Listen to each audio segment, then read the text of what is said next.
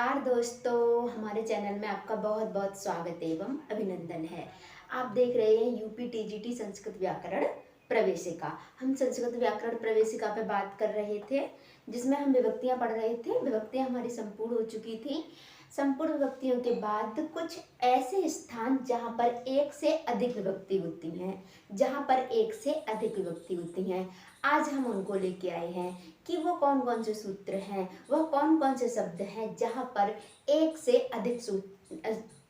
अधिक विभक्ति आपकी हो रही हैं, जहाँ पर एक से अधिक का नियम लागू हो रहा है। सबसे ज़्यादा हमें समस्या यहीं पर हो जाती है, जहाँ हमारी एक सूत्र में जब किसी एक शब्द में एक से अधिक हमारी विभक्ति लगती हैं, जैसे नाना विनय होगी, इसमें हमारी कौन कौन सी विभक्ति हो सकती हैं। यहाँ पर इसी तरीके से अंत्यगम दूरे इत्यादि यहाँ पर कौन कौन सी विभक्ति हो सकती हैं। तो आज हम इसी पर चर्चा करेंगे और इसी एक ही भाग में हमारा क्या होगा, इसी एक चार्ट में, इसी एक भाग में हमारी संपूर्ण हमने ले लिए जो आपके बाबूराम सक्सेना में दिए गए हैं, हम उसी पर चर्चा कर रहे हैं अधिक ज़्यादा, जो हमारी बाबूराम सक्सेना में दिया गया है। यूपी टीजीटी संस्कृत व्याकरण प्रवेशिका में हम बात कर रहे हैं, यूपी टीजीटी के लिए बात कर रहे हैं हम संस्कृत में। तो आइए हमारे साथ, एक सूत्र है हमारा एनपा द्वितीया।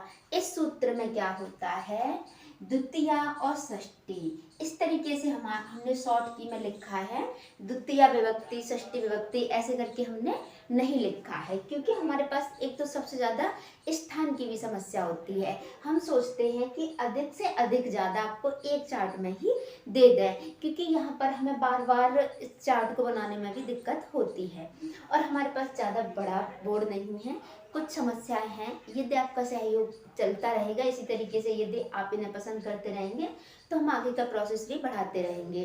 तो अभी जो आपकी कमेंट आ रही थी, आप में से कुछ लोगों का ये था कि मैं थोड़ा छोटा छोटा लिखती हूँ, बड़ा बड़ा लिखूँ। तो मैं ज़्यादा बड़ा स्थान की वजह से लिखती हूँ कि ज़्यादा स्थान ना उसमें घिरे और मैं थोड़ी जगह पर ज़्यादा चीज़ें लिख पाऊँ।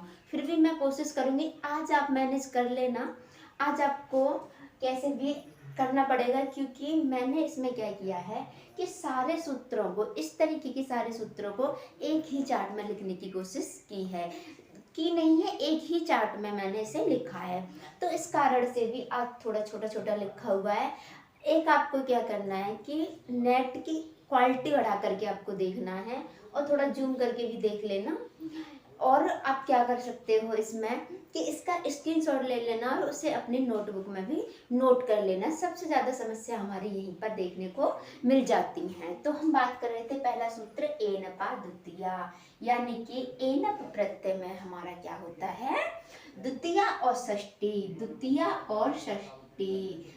और षष्ठी दो दो विभक्ति हमारी लगती हैं। जैसे एनप का मतलब है कि अंत में हमारे एन दिखाई देगा, यानी कि इस तरीके की मात्रा और ना हमको देखने को मिल जाएगा। जैसे दक्षिणे, तो यहाँ पर हमारी क्या है, यहाँ पर हमारा क्या होगा कि द्वितीय और षष्ठी विभक्ति हमारी एनप को देखते ही लग जाएगी। जैसे मम गृहम व गृहस्य, दक्षिणे व उत्तरे किमपि अस्ति विद्यालयम अस्ति। जैसे मैंने कहा, मेरे घर के दक्षिण की ओर क्या है, विद्यालय है। तो हमारा जहाँ पर एनप प्रत्यय दिख जाएगा तो वहाँ पर हमारा क्या होगा, जो हमारा जो हमारा कर्म होगा वहाँ पर हमारी द्वितीय विभक्ति लग जाएगी। जैसे मेरे घर के पास में क्या है, विद्यालय है, तो मम गृहस्य व गृहम, दक्षिणे व उत्तरे व पूर्वे। तो यहाँ पर एन प्रत्यय के कारण, यहाँ पर द्वितीय और षष्ठी किस कारण से लग रही है, एनप प्रत्यय के कारण लग रही है। किसके कारण लग रही है, एनप प्रत्यय के कारण लग रही है। यह बाद में आपको एन दिखाई दे रहा है, एन दिखाई दे रहा है, तो ये क्या है, यहाँ पर तृतीया का रूप नहीं है, यहाँ पर हमारा क्या है, एनप प्रत्यय है। जिस शब्द में एनप प्रत्यय पीछे दिखाई देगा, एन आपको इस तरीके की मात्रा यदि दिखाई देगी तो क्या हो जाएगा, आप वहाँ तृतीया का रूप नहीं होना चाहिए। जैसे रामेण, रामेण, रामेण, तृतीया में रामेण बनता है, आप इस वाले एन को ना समझ लें, तृतीया वाला ना होना चाहिए, एन प्रत्यय का होना चाहिए। तो वहां पर हम दो दो विभक्तियां लगा देंगे। कौन कौन सी, द्वितीया और षष्ठी, एनपा द्वितीया षष्ठी, एनपा द्वितीया षष्ठी, एनपा द्वितीया षष्ठी। एनपा प्रत्यय होने पर हम द्वितीया और षष्ठी विभक्ति का प्रयोग कर देंगे। इसके बाद आगे है हमारा एक दूरांतिकार्थेभ्यो द्वितीया च, दूरांतिकार्थेभ्यो द्वितीया च, यानी कि ये कह रहा है कि एक शब्द है दूर, एक शब्द है अंतिक।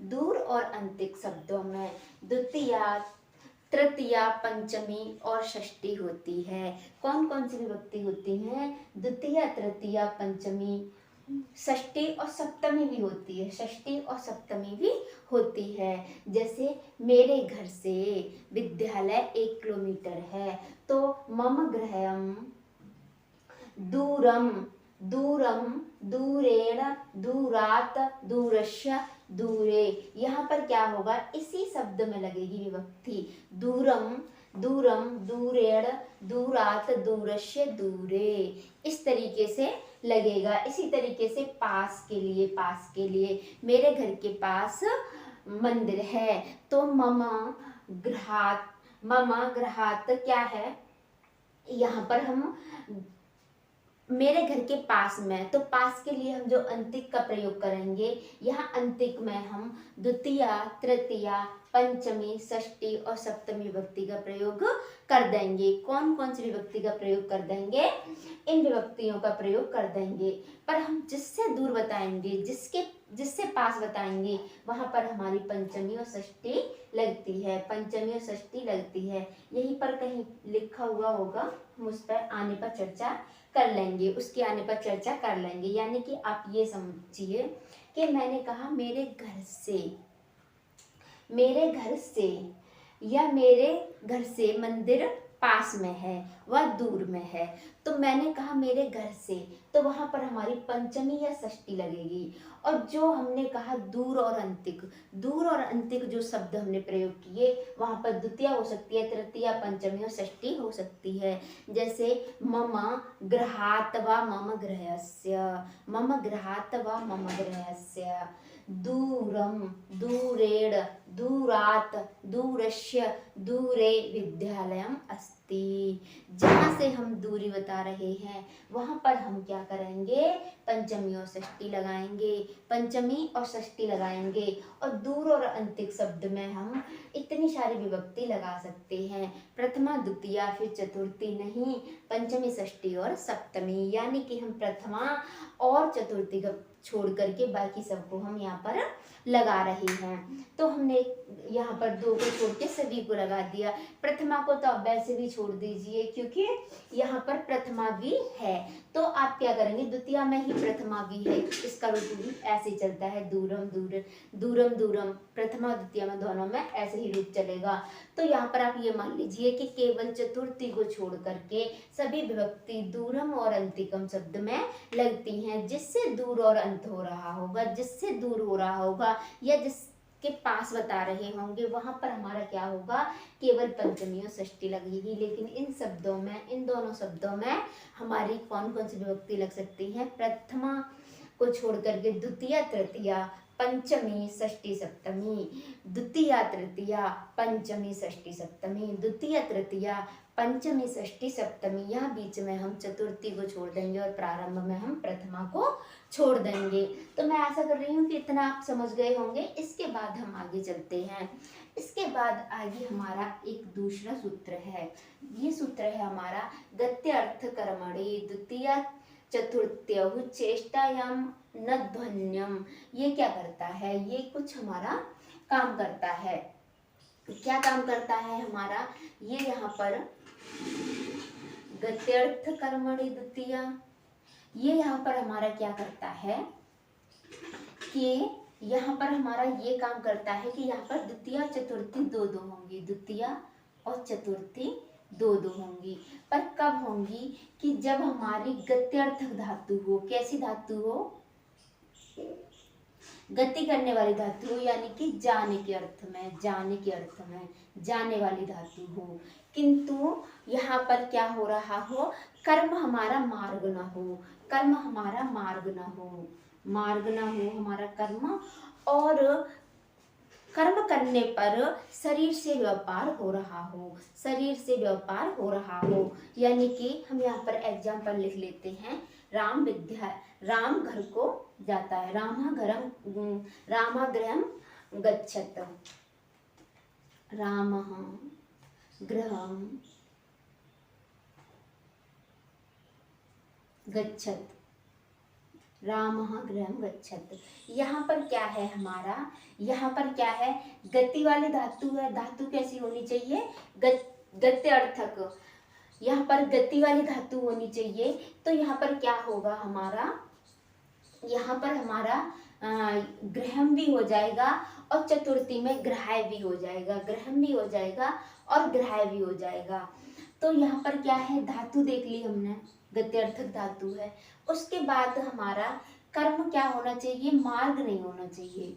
तो जाना क्या है हमारा, मार्ग तो नहीं है, मार्ग तो नहीं है, घर जा रहा है, पर ये नहीं दिखाया कि मार्ग से घर जा रहा है, ये नहीं कहा कि मार्ग से घर जा रहा है, घर तो चला गया, पर क्या हुआ यहाँ पर, मार्ग नहीं दिखाया गया, मार्ग नहीं दिखाया गया।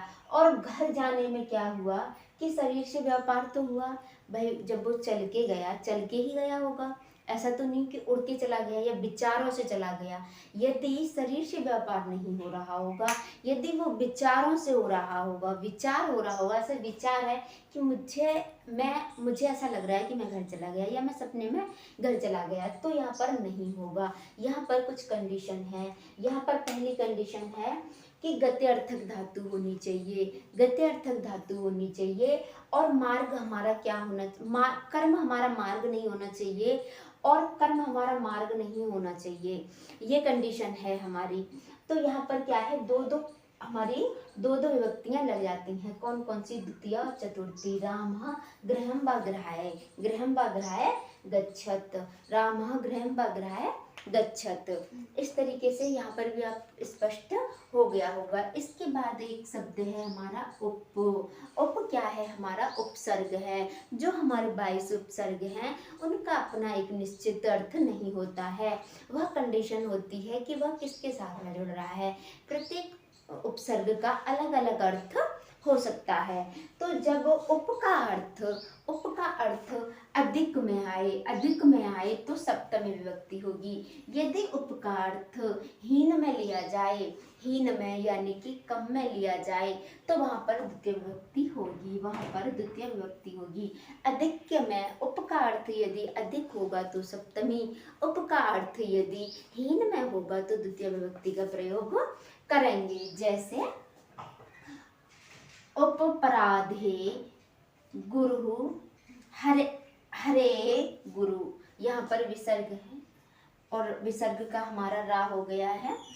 तो क्या है, हरे गुरुड़ः, हरे गुरुड़ः। सप्तमी में हमारा हरे हरिम हरिणा हरे, हरे हरे हरऊ हरे। इस तरीके से हमारा रूप वहाँ पर बनता है। यदि यहाँ पर क्या है, उपहरिम स्वरा, उपहरिम स्वरा। स्वर क्या है, स्वर हरि से नीचे हैं, यानी कि हरि से कम है। तो यदि हीन अर्थ में आएगा उप तो द्वितीय, यदि अधिक के अर्थ में आएगा तो क्या होगा, यहाँ पर क्या है कि हरि के गुण अधिक हैं, हरि के गुण अधिक हैं।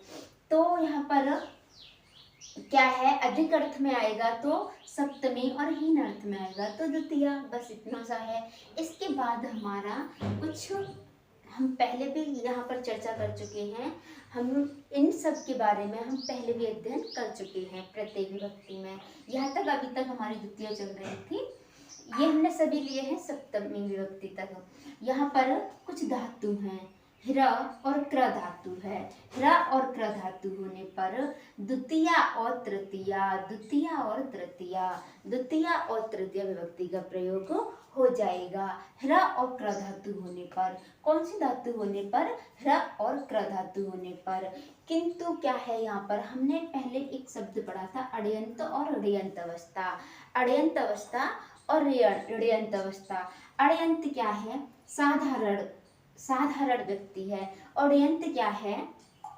यहाँ पर हम इतना समझ लें कि कोई व्यक्ति अपने आप काम कर रहा है, अपने आप किसी काम को कर रहा है, एक व्यक्ति उसको आकर के प्रेरणा दे रहा है, एक व्यक्ति उसको आकर के प्रेरणा दे रहा है। जैसे कि बालक पढ़ता है, बालक से पढ़वाया जाता है, तो बालक से कोई पढ़वा रहा है, तो यहाँ पर क्या है कि ह्रीकृ धातु हो, किंतु अड़यंत अवस्था का कर्ता जो होगा, अड़यंत अवस्था में जाकर के, यानी कि जो साधारण कर्ता होगा, जब वो किसी से प्रेरणा पालेगा, यानी कि किसी से आदेश पाएगा, तो क्या हो जाएगा, वहां पर हमारी द्वितीय और तृतीय विभक्ति बन जाएगी, द्वितीय और तृतीय विभक्ति हो जाएगी।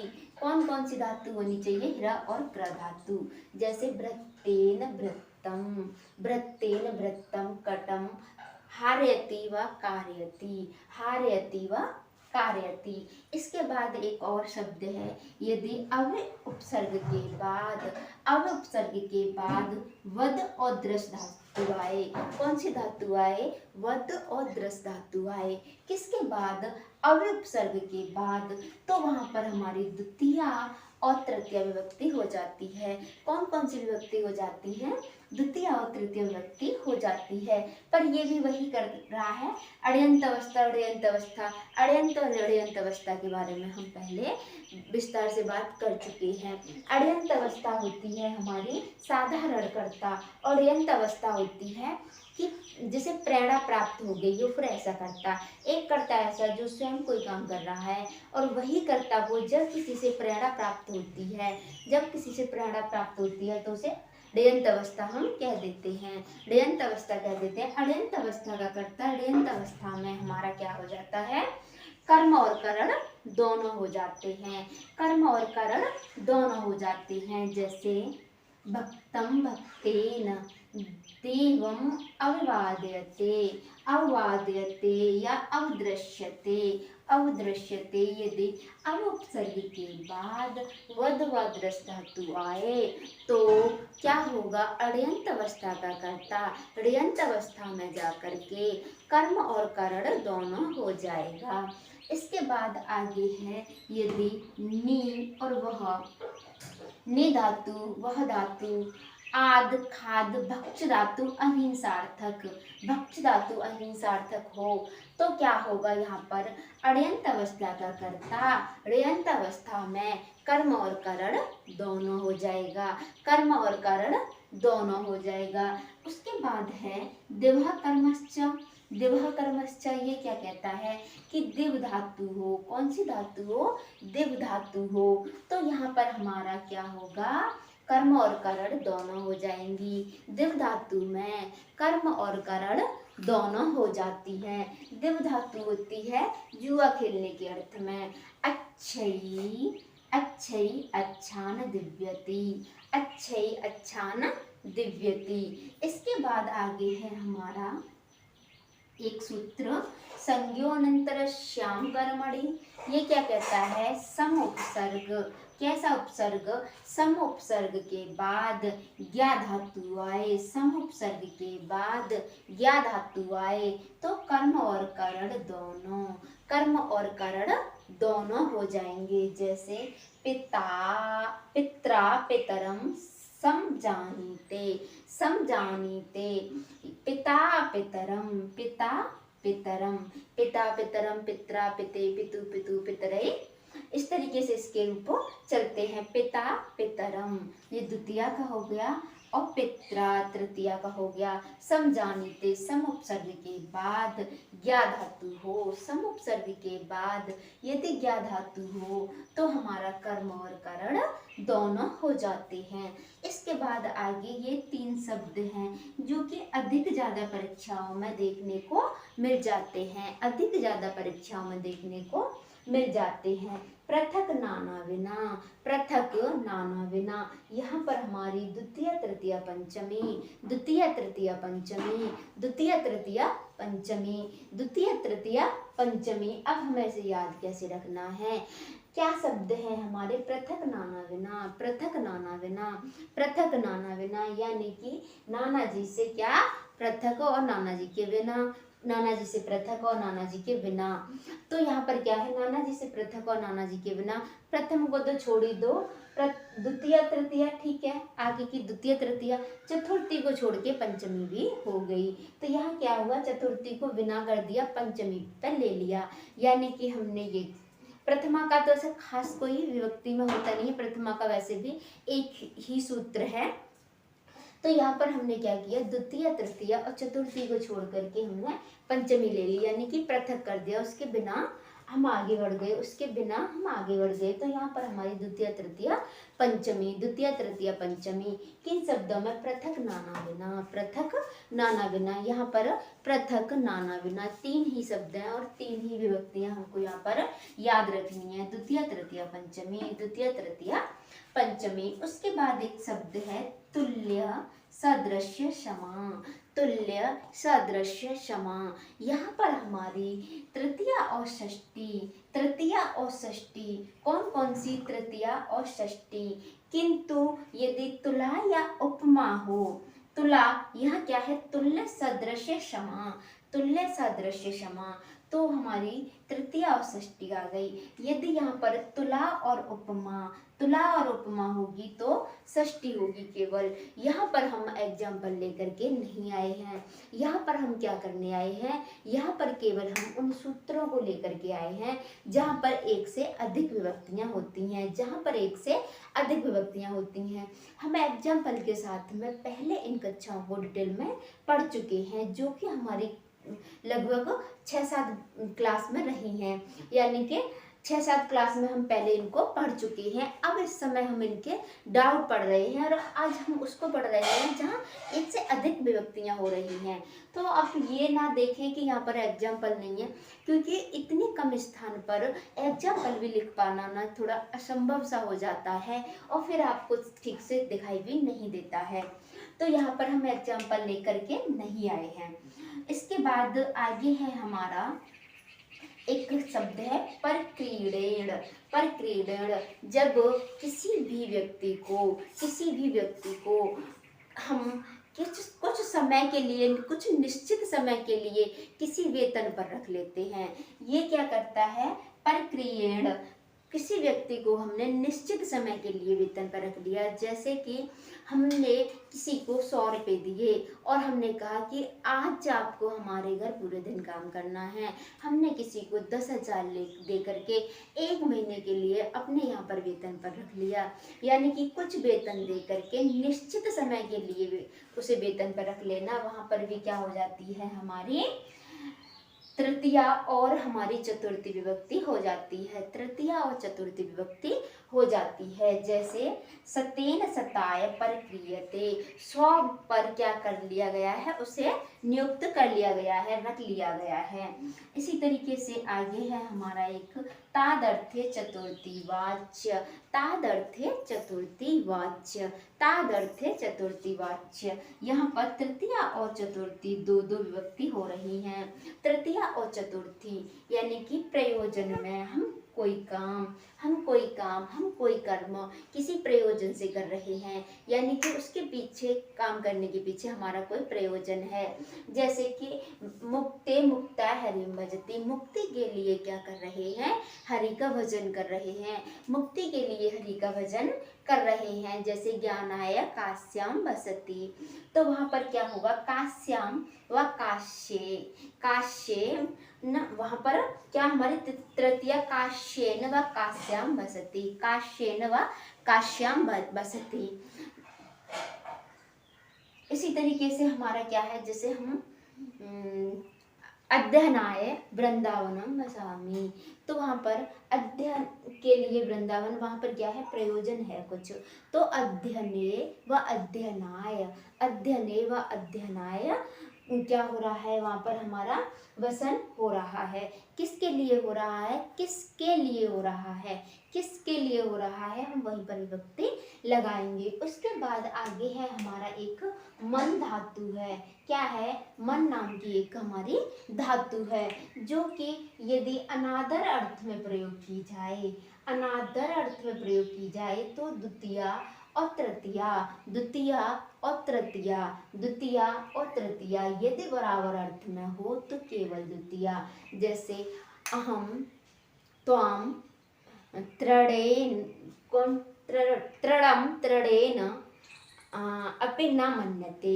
मैं आपको तिनके के बराबर भी नहीं समझता हूँ। तो यहाँ पर क्या है, यहाँ पर मन धातु उसकी अनादर अर्थ में आई है। यदि हम कहें कि मैं तुम्हें तिनके के बराबर समझता हूँ तो केवल द्वितीया होगी। यदि बराबर कर दिया जाए तो द्वितीया। अहम त्वाम त्रणम मन्यते, मैं तुमको तिनके के बराबर समझता हूँ, मैं तुम्हें तिनके के बराबर भी नहीं समझता, यानी कि उससे भी ज़्यादा उसका अनादर कर देना। तो हम कहेंगे अहम त्वाम त्रणेन त्रणम ना अपि मन्यते, मैं आपको तिनके के बराबर भी नहीं समझता हूँ, अनादर अर्थ में हो। इसके बाद एक शब्द है हमारा प्रतिपत और प्रणाम, इनमें हमारी द्वितीया और चतुर्थी दो दो विभक्ति लगती हैं।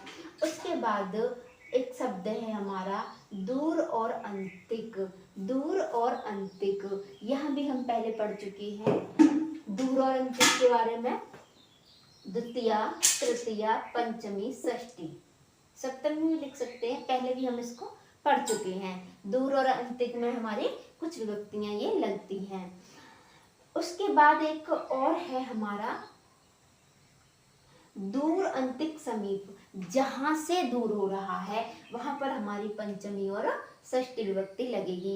ये चर्चा हम पहले भी यहाँ पर कर चुके हैं। जहां से दूर हो रहा है, जहां से दूर हो रहा है वहां पर हम पंचमी और षष्ठी लगाएंगे।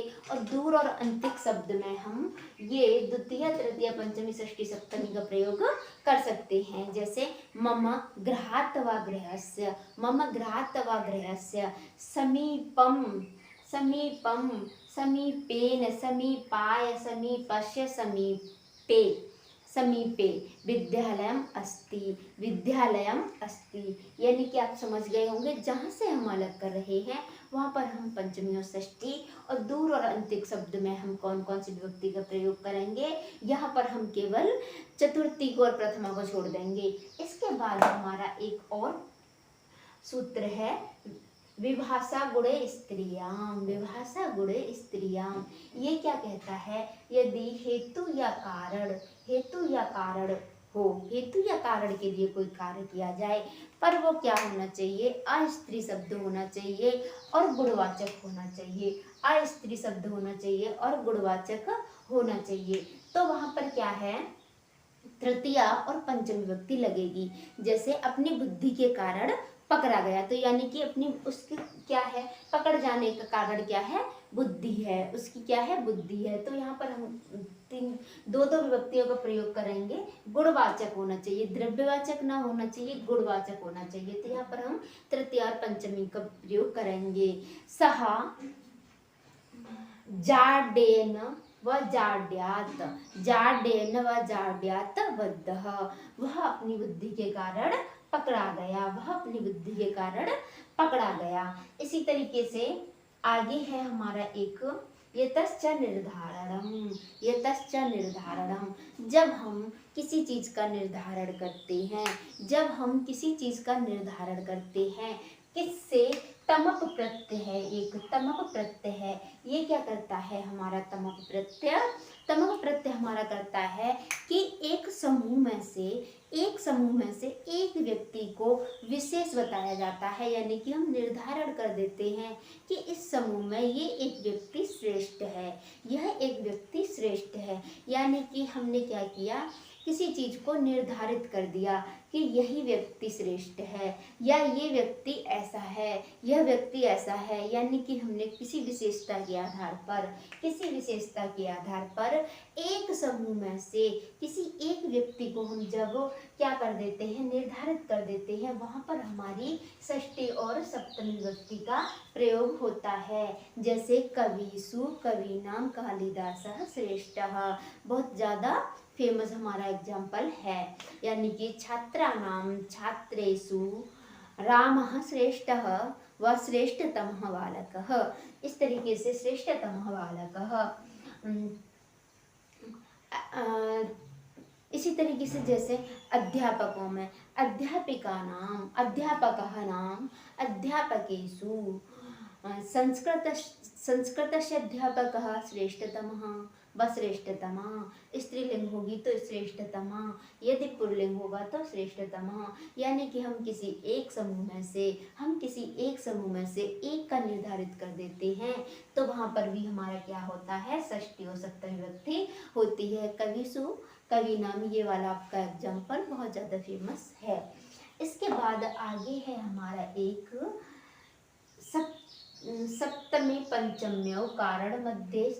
सप्तमी पंचम्यो कारण मध्य, ये क्या कहता है कि सप्तमी और पंचमी विभक्ति होगी, पर कहाँ होगी, जब दो कारक हों, क्या हों, दो कारक हों और दो कारकों के बीच में, यानी कि ये कुछ हम ये से लिख दिया है कि एक स्थान से दूसरे स्थान की बात की जाए या एक समय से दूसरे समय की बात की जाए, तो वहाँ पर हमारी पंचमी और सप्तमी विभक्ति हो जाती है, पंचमी और सप्तमी विभक्ति हो जाती है।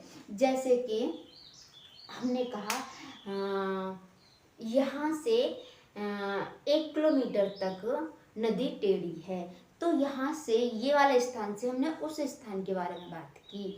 और इसी तरीके से समय, जैसे 5 से 3 बजे तक, इस तरीके का हमारा क्या है, समय और स्थान के बारे में, इसके बारे में हम विस्तार में पहले चर्चा कर चुके हैं। ये हमारा कहाँ पर आता है, ये हमारा यहाँ यतस्य निर्धारणम तम, ये हमारा पंचमी विभक्ति में आ रहा होगा ये वाला सूत्र।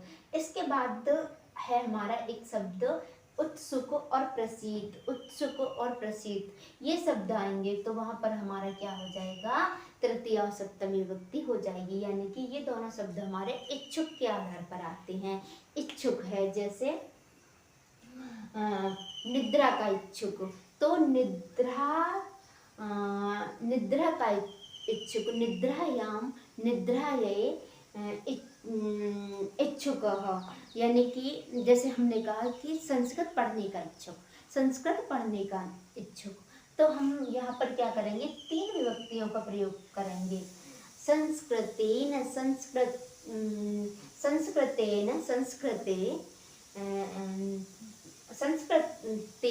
संस्कृते अभिलाषुकः व उत्सुकः, इस तरीके से हम प्रयोग करेंगे। यानी कि किसी चीज़ की अभिलाषा कर रहा होगा या किसी चीज़ का इच्छुक होगा, तो वहाँ पर हम क्या करेंगे, वहाँ पर हम तृतीया और सप्तमी विभक्ति का प्रयोग कर देंगे। इसके बाद आगे है हमारा अनुपसर्ग के बाद रंज धातु हो, अनुपसर्ग के बाद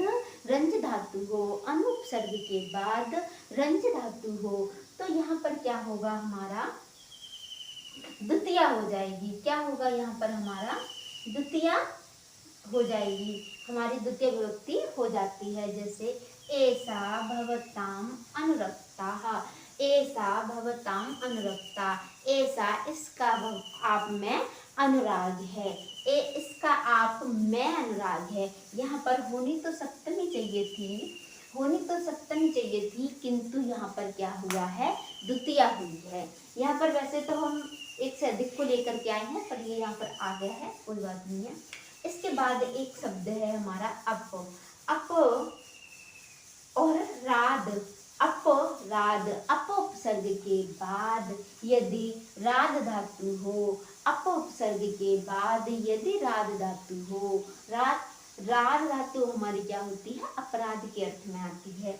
तो यहाँ पर हमारी षष्ठी और सप्तमी विभक्ति होगी। जिसके प्रति अपराध किया गया होगा, जिसके प्रति अपराध किया गया होगा उसमें हम विभक्ति को लगाएंगे, जिसके प्रति हमारा अपराध किया गया होगा। तो यहाँ पर क्या है, षष्ठी और सप्तमी विभक्ति का प्रयोग होगा। इसके बाद आगे है अनुरूप्य, योग्य और सादृश्य। अनुरूप्य, योग्य और सादृश्य, यहाँ पर भी हमारी षष्ठी और सप्तमी विभक्ति का प्रयोग होगा। यहाँ पर भी हमारी षष्ठी और सप्तमी का प्रयोग होगा। जैसे अनुरूप्य, यहाँ पर हम क्या करेंगे, षष्ठी जैसे राम, राम उनके अनुरूप नहीं है, उनके अनुरूप नहीं है, या उनके योग्य है व नहीं है व नहीं है।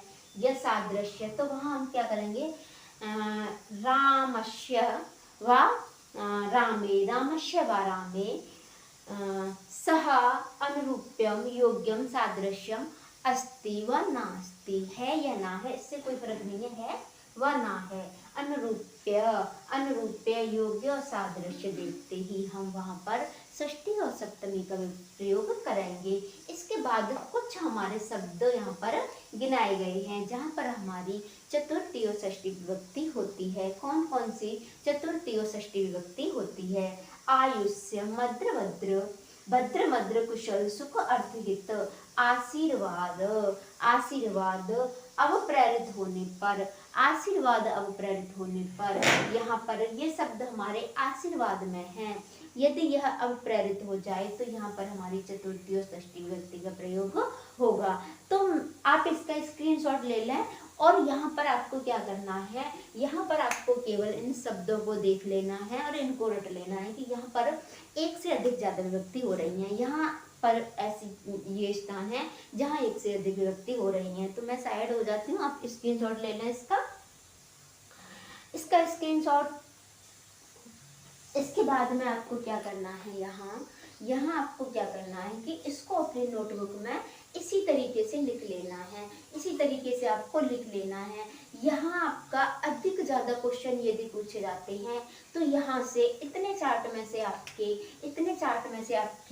कम से कम 4 से 5, कम से कम 4 से 5 क्वेश्चन बन सकते हैं। कम से कम 4 से 5 व 6 भी देखने को मिल जाते हैं। यदि विभक्ति में से पूछा जाता है, यदि विभक्ति में से पूछा जाता है तो यहीं से 4-5 क्वेश्चन देखने को मिल जाते हैं। तो यहाँ पर आपको अपने डाउट क्लियर कर लेने हैं और यहाँ पर देख लेना है कि कौन से सूत्र में हमारी एक से अधिक विभक्तियाँ हो रही हैं। इसके बाद यदि आपका कोई भी कमेंट हो तो आप मुझे कमेंट बॉक्स में लिख दें। और इसके बाद आप कौन सा टॉपिक पढ़ना चाहेंगे? वैसे मेरा ये ख्याल था कि अब हम थोड़ा सा शब्द रूप और धातु रूप पर भी चर्चा करते जाएं। प्रतिदिन हम 2-4 शब्द रूप व धातु रूप भी लेते जाएं। इसमें क्या होता है कि यदि हम शब्द रूप को याद करते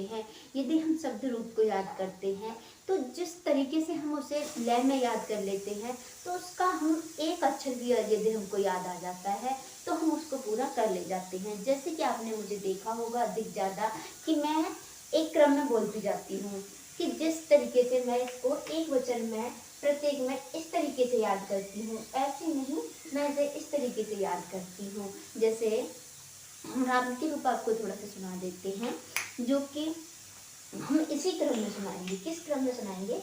इस क्रम में। जैसे राम रामं रामेणैति प्रथमा द्वितीया तृतीया, राम रामं रामेणैति प्रथमा द्वितीया तृतीया, राम रामं रामेण इति प्रथमा द्वितीया तृतीया, इति प्रथमा द्वितीया तृतीया, रामाय रामाय रामात् रामस्य इति चतुर्थी पंचमी षष्ठी, इति चतुर्थी पंचमी षष्ठी, रामाय रामात् रामस्य, रामाय रामात् रामस्य इति चतुर्थी पंचमी षष्ठी, रामे हे राम, रामे हे राम इति सप्तमी संबोधनम, इति सप्तमी संबोधनम। इस तरीके से हम इसको याद करते हैं। जब हमको ये वाला क्रम याद हो जाता है तो हमें इसको याद करने का एक तरीका ये भी होता है कि हम इस तरीके से प्रथमा द्वितीया ना बोल करके इस तरीके से हम काउंटिंग पे अपना हाथ रख लेते हैं, अपनी उंगलियों पर अपना हाथ रखते हैं और हम इस तरीके से बोलते हैं, राम रामम रामेण रामाय रामात रामस्य रामे हे राम।